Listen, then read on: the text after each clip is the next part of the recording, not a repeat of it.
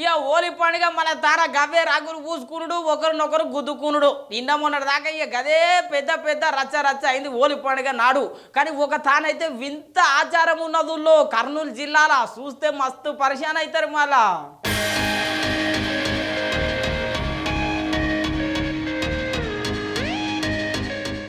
హోలీ పండుగ వచ్చిందంటే చాలు మన తాన కలర్లు పూసుకునుడు ఒకరి మీద ఒకరు దుమ్మెత్తి పోసుకునుడు ఇదే నడుస్తుంది మళ్ళా.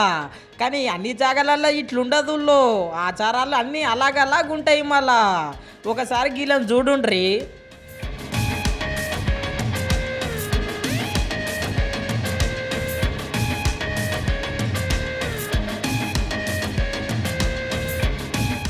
అగ్గో అమ్మలక్కలు మంచిగా ముద్దుగా తయారయ్యారు కదా.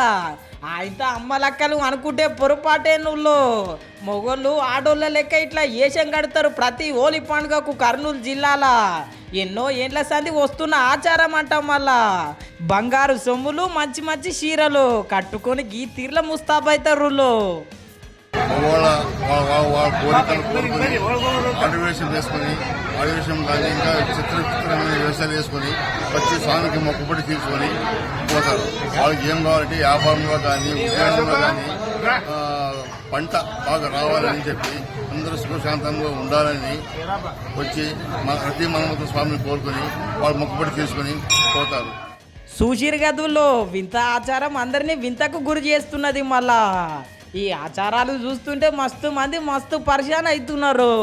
ఓ అన్నలో జర భద్రం మిమ్మల్ని ఎత్తుకపోయి లగ్గమానే ఆడుతుండొచ్చు ఆయంత.